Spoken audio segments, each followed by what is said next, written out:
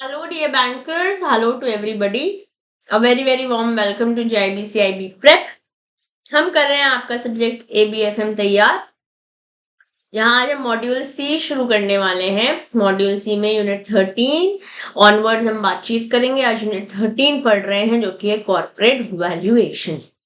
किसी कंपनी की वैल्यूएशन कितनी है, मतलब एक ऐसा प्रोसेस, कॉर्पोरेट वैल्यूएशन एक ऐसा प्रोसेस है जिससे आप डिटरमाइन कर सकते हो वैल्यू किसी बिजनेस एंटिटी की। Okay, essential for various financial and strategic purposes, जो कि रिक्वायर्ड है। It involves understanding two types of value, दो तरीके की वैल्यूज के बारे में हम यहाँ बातचीत करते हैं। वो दो वैल्यू है, एक है बुक वैल्यू, एक है market value. Book value derive करी जाती है कंपनी की बैलेंस शीट से, कंपनी की बुक्स से।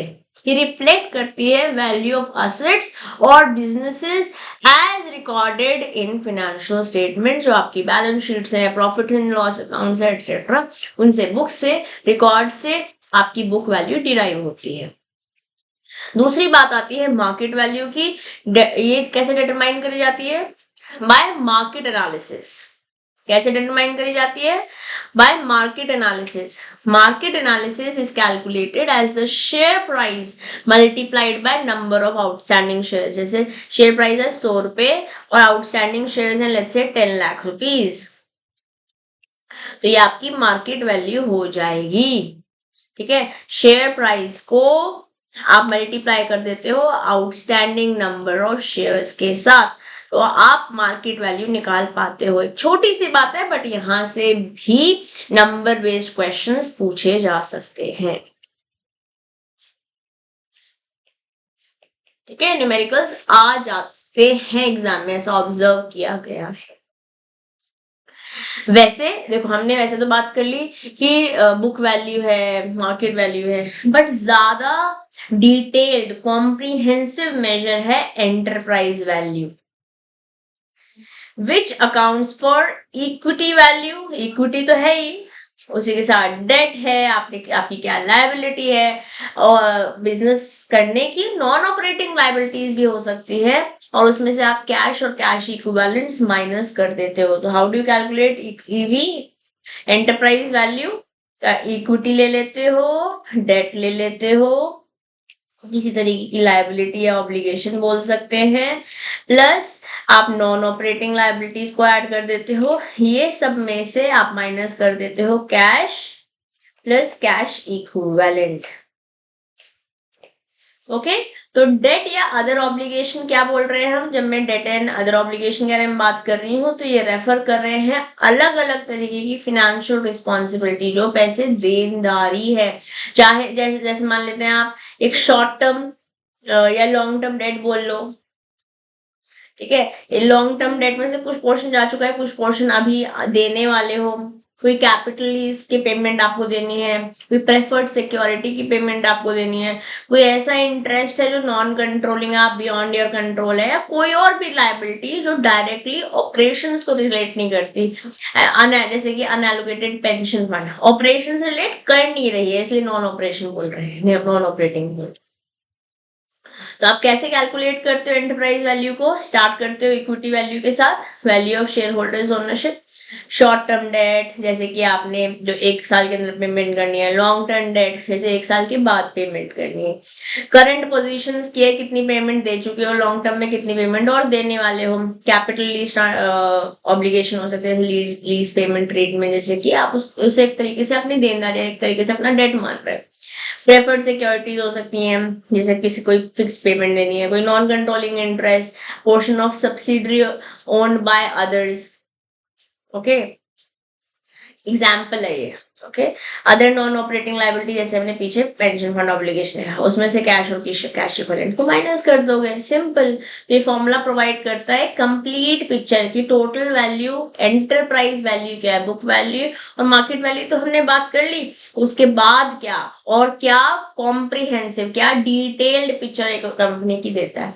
तो कॉर्पोरेट वैल्यूएशन क्या करता है? एक मैनेजमेंट को मदद करता है असेस करने में, assess the impact of strategies on the firm's value ensuring alignment with share holders value creation, क्योंकि शेयर होल्डर की वेल्थ हमें कॉन्टिन्यूसली ग्रो करनी है, क्योंकि अगर वो ग्रो हो रही है तो हमारी ऑर्गेनाइजेशन सही चल रही है।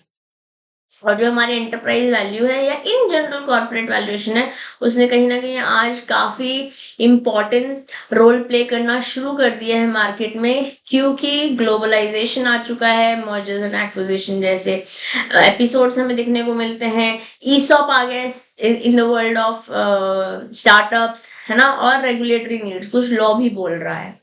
ओके, बट इसी के साथ साथ एक कंसेप्ट होता है फेयर मार्केट वैल्यू, जो खाली इंडिया में नहीं, वाइडली ग्लोबली एक्सेप्टेड कंसेप्ट है, जो कि डिफाइन करता है value as a price agreed upon by willing buyers and sellers, मतलब सेलर्स और बायर्स एक प्राइस पे इक्वल ओके कर रहे हैं, बोथ रीजनेबली इन्फॉर्म, दोनों के पास इंफॉर्मेशन जो है काफी है, and are under no compulsion to act, जरूरी नहीं करे ही, मतलब basically no, there is no coercion happening.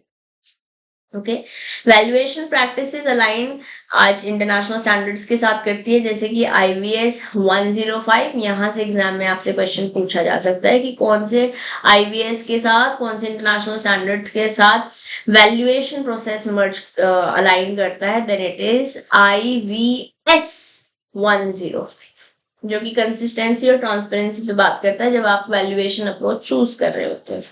तो अगर मैं IVS वैल्यूएशन अप्रोच के बारे में बात करूँ या मेथड्स के बारे में बात करूँ, तो 3 प्राइमरी मेथडोलॉजीज इन्होंने इंटरनेशनल स्टैंडर्ड्स के हिसाब से हमको बताई है, जिसके थ्रू आप किसी कंपनी की वैल्यूएशन कर सकते हो। सबसे पहले है मार्केट अप्रोच। मार्केट अप्रोच में किसी भी एसेट को या किसी बिजनेस को आप कंपेयर करते हो रिसेंट ट्रांजैक्शन के साथ या सिमिलर एंटिटीज के साथ, जैसे कंपनी है, कंपनी भी सेम इंडस्ट्री में है, तो कंपनी ए का कैसे बिका था वैसे कंपनी बी का बना सकते हो। ठीक है, कितना साइज है, क्या क्वालिटी है, क्या कोई और करेक्टरिस्टिक, जैसे कंपेयर किया जा सकता है। जैसे मान लेते हैं एग्जाम्पल हमारी किताब में दे रखा है, वो रिलेटिव कंपैरिजन मेथड में बता रखा है कि आप किसी चीज की वैल्यूएशन कैसे करते हैं। जैसे एक एरिया में एक 4 BHK फ्लैट अभी 1 करोड़ का बिका है, आपका 4 BHK है, बट आपके पास 2 बालकनीज एक्स्ट्रा है, एक एंट्रेंस एक्स्ट्रा है, तो 4 करोड़ तो ठीक है, आपने रिसेंट में देखा है, बट उसमें कुछ एडिशनल वैल्यू आ जाएगी और वो उस पर बिक जाएगा।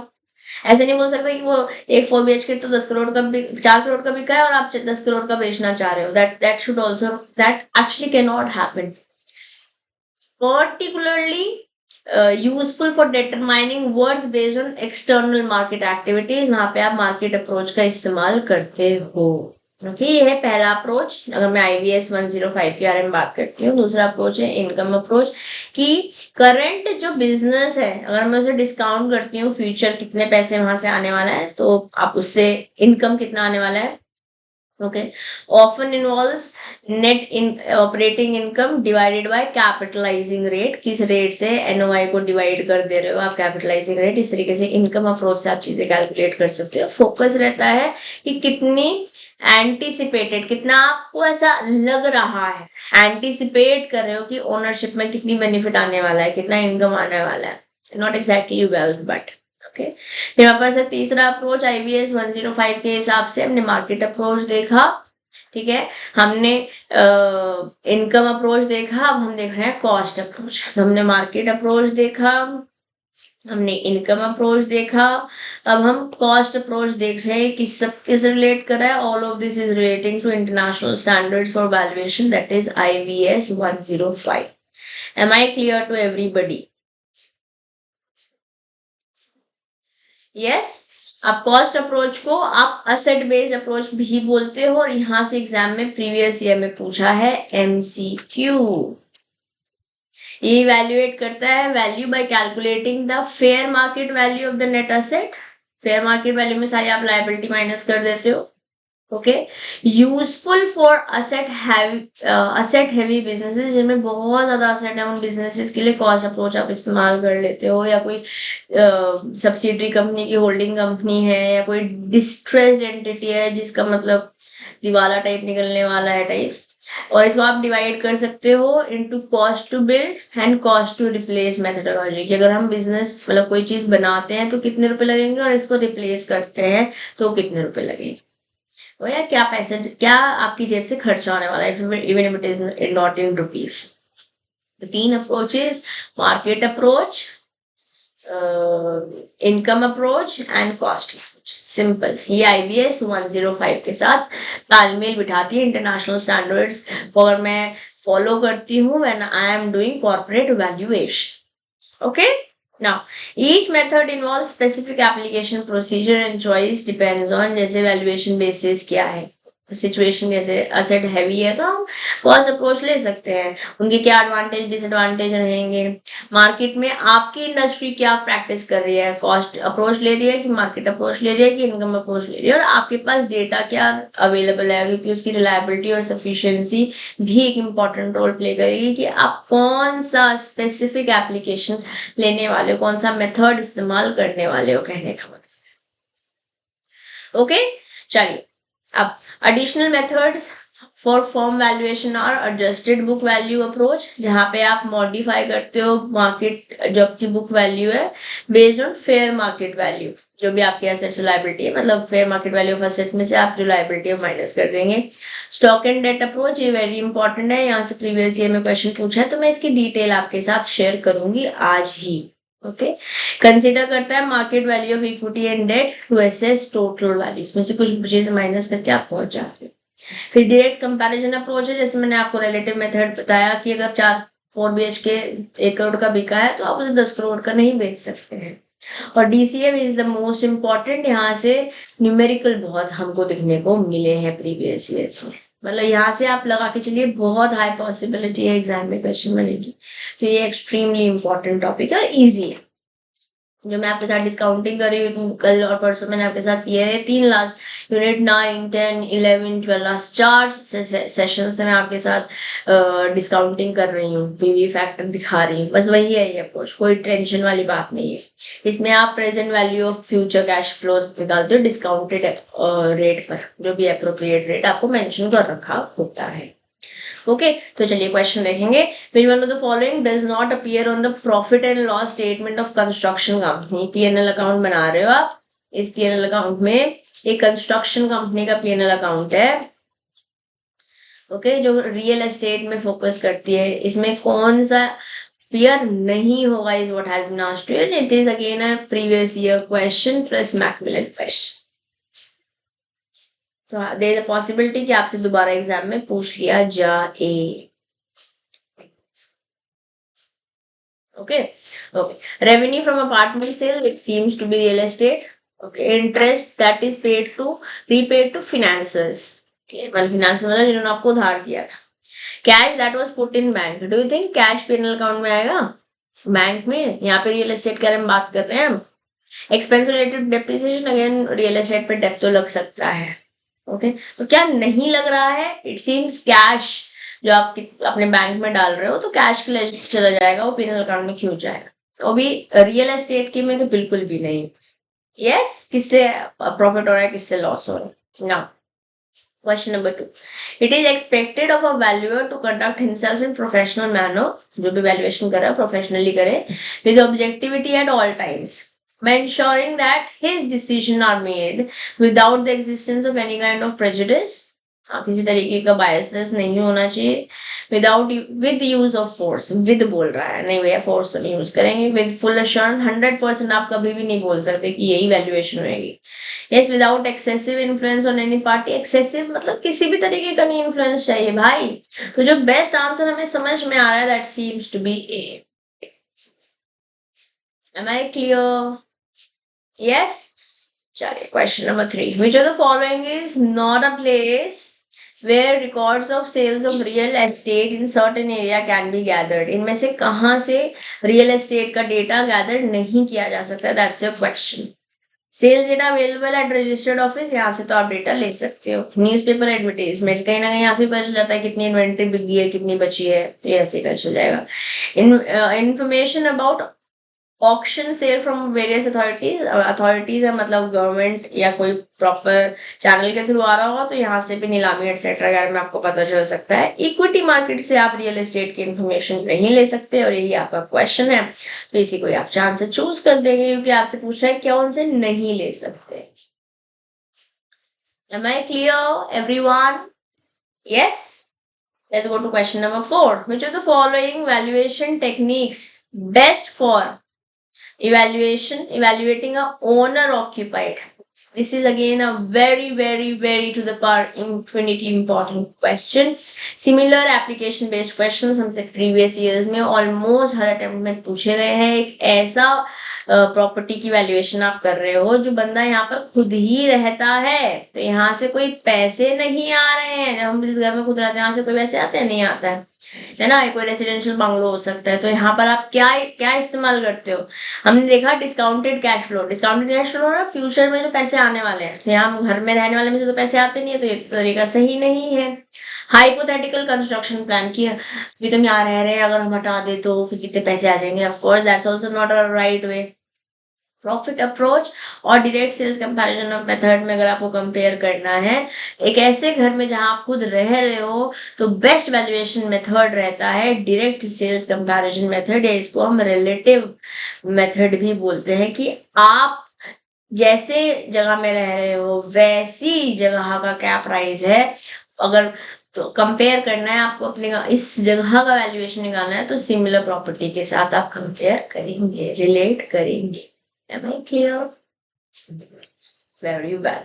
Let's go to question number 5. Which of the following amounts to direct cost and is included in replacement cost? कि हमें किसी को रिप्लेस करना है या बाय करना है, हम ऐसे बिजनेस में डिसीजन लिए जाते हैं, तो क्या डायरेक्ट कॉस्ट जैसे लिया जाएगा कि हमें इस अगर हम बेचते हैं या रिप्लेस करते हैं इस प्रॉपर्टी को तो कितना खर्चा आएगा? तो उसमें मटेरियल एक्सपेंस लोगे, फिनेंशियल चार्जेस लोगे, लीगल कॉस्ट लोगे, लाइसेंस कॉस्ट लोगे. कहीं ना कहीं ये तो सर्विसेज में आ जा रहा है और it is not something that will directly be costing you. जो खर्चा दिख रहा है मोटा मोटा रिप्लेस करने में, वो है मटेरियल का एक्सपेंस. ठीक. Next, the cost approach, which is also known as dash approach, is able to extract value by combining the FMV of company's net asset. सारे असेट्स को कंबाइन कर दे रहे हो, एफएमवी में आप लायबिलिटी माइनस कर देते हो, तो इसको हम बोलते हैं असेट बेस्ड अप्रोच.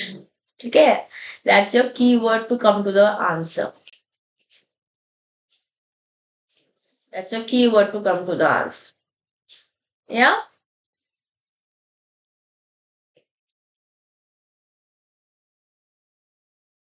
ठीक दोस्तों, चलिए. तो हम कॉस्ट अप्रोच क्या बोल रहे हैं? Cost approach is also known as asset based approach. हमने ऊपर देखा ये कॉस्ट अप्रोच को ही हम असेट बेस्ड अप्रोच भी बोल रहे हैं. तो मैं जब आपको ये कॉस्ट अप्रोच पढ़ाया था, मैंने वहां भी मेंशन किया था कि यहाँ से एग्जाम में प्रीवियस ईयर्स में क्वेश्चन पूछे गए हैं. यस, ये रहा. यस, प्रीवियस ईयर में क्वेश्चन पूछे गए और मैं आपके लिए इस क्वेश्चन लेकर भी आई हूँ आज. ठीक. चलिए.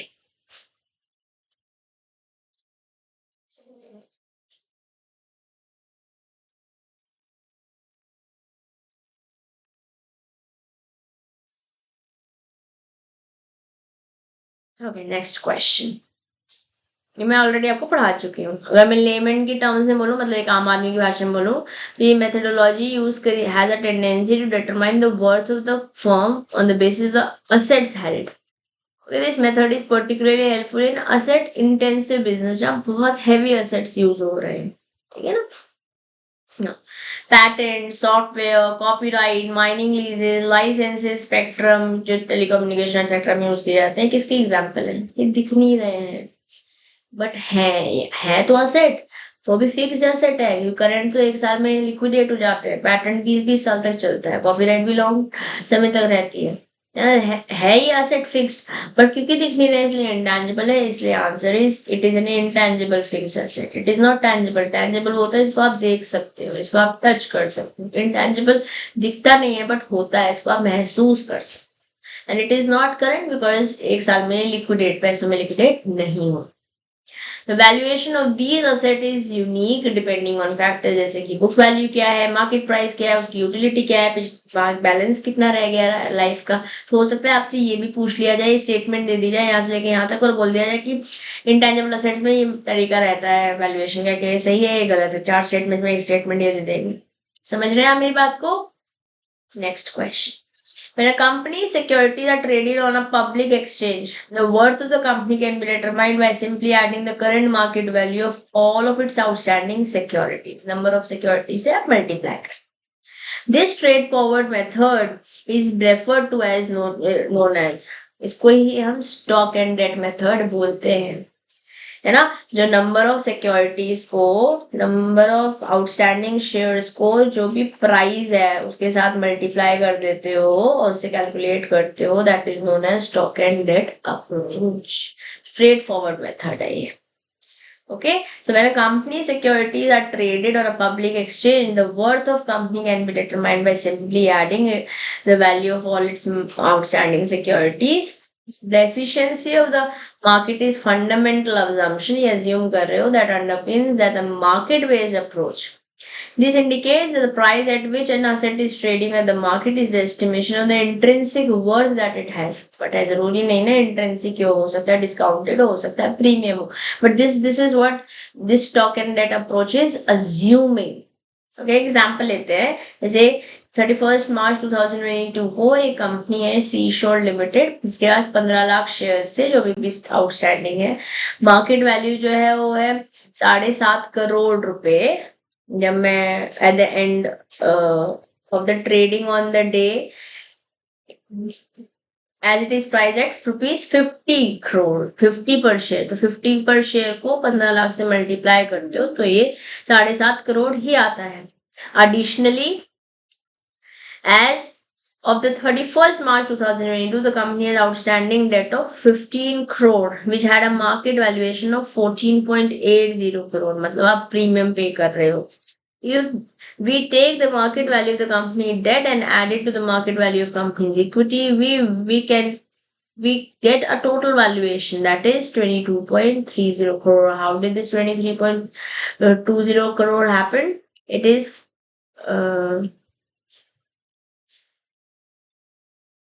7.5 plus 14.8. Yes, calculate करें।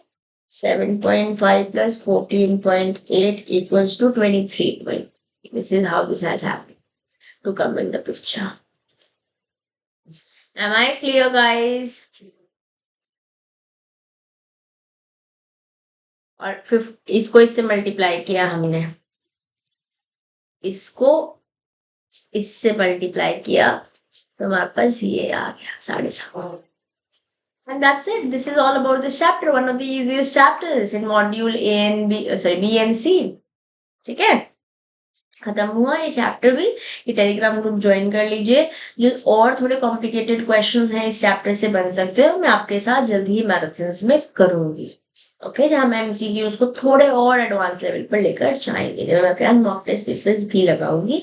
तब तक के लिए टेलीग्राम ग्रुप ज्वाइन कर लीजिए। सीएन में दिशा दुआ टेलीग्राम ग्रुप को ज्वाइन कर लीजिए। और अगर किसी का कोई क्वेश्चन आता है तो आप मेरे से कमेंट बॉक्स में तो बात कर ही सकते हैं। You can also talk to me here on this Telegram group. You can also talk to me on Instagram. I am quite active on Instagram. disha.dua29 is my Insta handle.